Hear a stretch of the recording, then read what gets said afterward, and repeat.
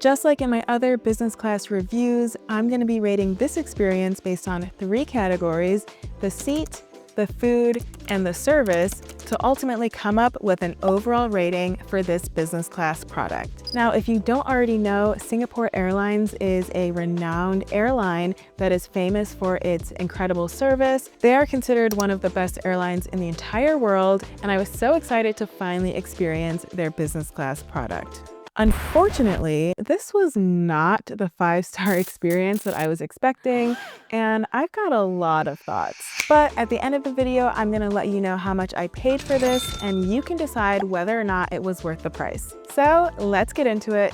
But before we do, Exploring with Courtney is a YouTube channel all about inspiring you to travel the world and giving you practical tips so you can do it with confidence. I also love making business class flight reviews just like this one. So if you're interested in any of that, go ahead and hit that subscribe button. Up first, let's review the seat. And we'll start with the positives. Immediately upon entering the plane, I was blown away with how huge the seats are. I just sat down and I am literally freaking out. This seat is humongous. I've never seen an airport seat this huge. I literally thought this was first class. I was in 17K, and as you can see, there is plenty of storage to the right of the seat. I also liked this little platform where I could put my drinks without having to pull out the entire tray table. At the seat was an eye mask, a pair of socks and slippers, a water bottle, and over-ear headphones. There were 2 big areas for storage, one next to the outlets,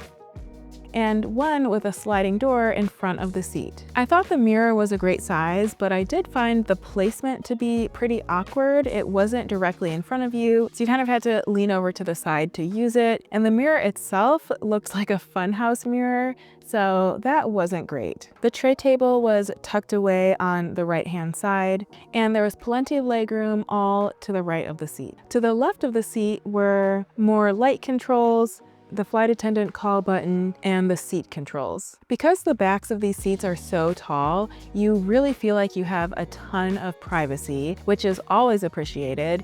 And of course, you already know I loved having my 2 windows. When I slept, the bedding was comfortable and the pillow was nice and large, so no complaints from me on that. Moving on to the parts of the seat that I did not like, and I do have quite a few thoughts on this one. Firstly, when I got to my seat, I didn't see any amenity kit. So I asked my flight attendant if I had just missed mine, and she informed me that amenity kits were only given out by request. So since I was officially requesting one, she brought me one. I know that there were already the slippers and socks and eye mask and everything on the seat when I got there.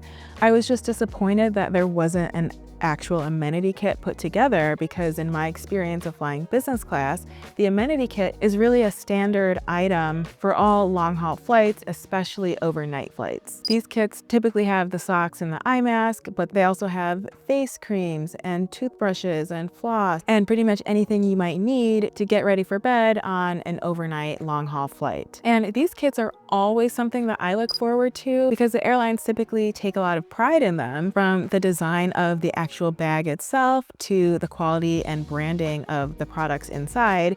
Amenity kits are a really nice part of the business class experience, in my opinion. So I was particularly surprised when I saw the actual kit, and it just did not look nice at all. Here you can see everything that was inside the kit. For context, I have used other amenity kits for months after my flight because they're such great quality and they're great for storing other things when you get home. But this kit was really dingy and it just felt like a total afterthought, which I was kind of disappointed by. Also, my seat seemed to have a technical issue where I couldn't turn on the overhead light. I also had a really difficult time using the remote control to control the screen in front of me, but even after the flight attendant was able to reset my seat, the remote itself never really worked, so I couldn't really use the entertainment system unless I was leaning all the way forward and like actually using my hand, which was just inconvenient because the seat is so far away from the screen. Honestly, I did find the entertainment selection to be kind of underwhelming anyways,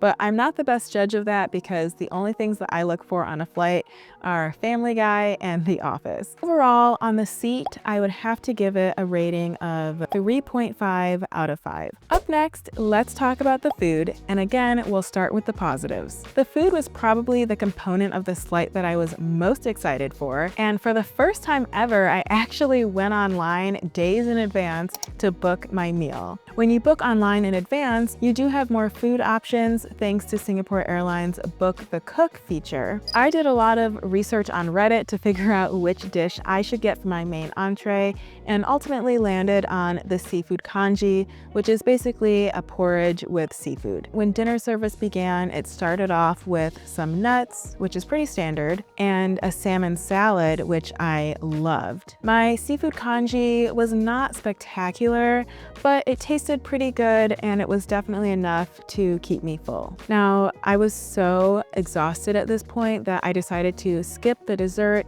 and just go straight to sleep. So overall, I would say that the dinner was pretty good. My disappointment with the food is more related to the second meal, which was served closer to when we landed after I woke up. My issue here is that there were only 2 options for this second meal slash snack, and both of the options had meat in them. So there was nothing for vegetarians, vegans, pescatarians, or just anyone who doesn't eat meat. This means that when I woke up in the morning, there was nothing else that I could eat. And I don't want to sound harsh, but I just feel like in 2025, I don't understand how you can't have more inclusive dining options. And I've never been on an airline that didn't always have a vegetarian option for each meal. So because of this pretty major issue, in my opinion, I'm gonna have to rate the food like a 2.5 out of 5. And I think that's fair because I didn't even get to experience the other meal at all because they had no options. Now, as I said in the beginning of the video, having amazing service is supposedly what sets Singapore apart from other airlines. So let's talk about it. I was blown away by the crew's friendliness upon boarding the plane.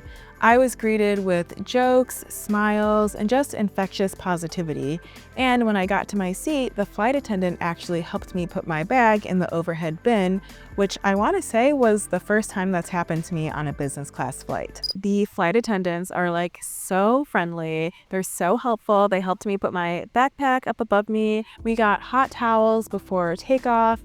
And as mentioned, the pre-departure drinks were apple juice or orange juice, which, similar to the comment that I made on my Air Canada video, I was a little disappointed that there was no sparkling options like champagne as a pre-departure drink, but that's not really a big deal. I just think it's something that adds a touch of luxury to the overall experience. As I boarded the flight, I could see how large the business class section is.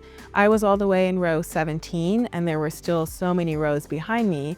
But despite being such a large section, for the most part, the crew was never too far when I needed them. And when I was ready to sleep, the flight attendant set up my bed into the lay flat mode. So this seat is actually different from any other seat that I've been in before on an airplane, and that's because it doesn't just recline into a bed the way that other business class seats typically do.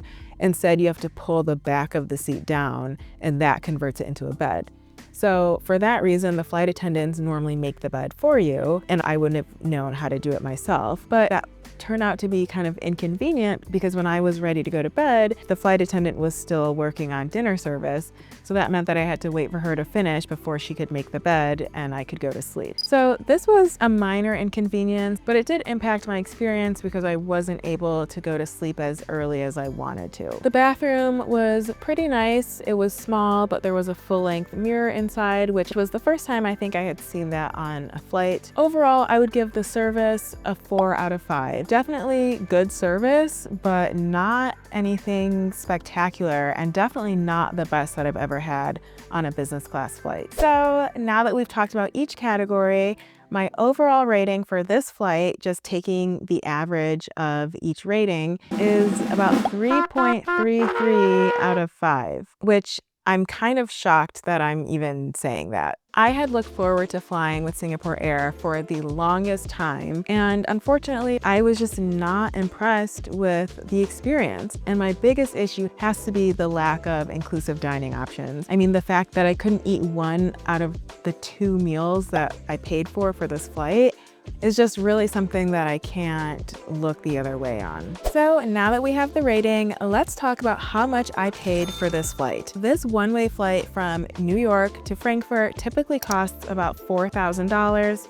Because I was using my credit card points, I only had to pay 60,000 points plus $78. I pay for all of my business class flights with credit card points, and I plan to make more videos about how exactly to do this very soon. So if you're interested in that, go ahead and hit that subscribe button so you don't miss them. If you want to check out my current favorite credit card for booking travel, go ahead and check the description box and you'll find my referral link for the Capital One Venture X card. The sign-up bonus is currently 75,000 points, which is more than enough to get you at least one business class flight from the East Coast to Europe. So now that you have all the facts, I would love to hear your opinion. Do you think my critique was too harsh?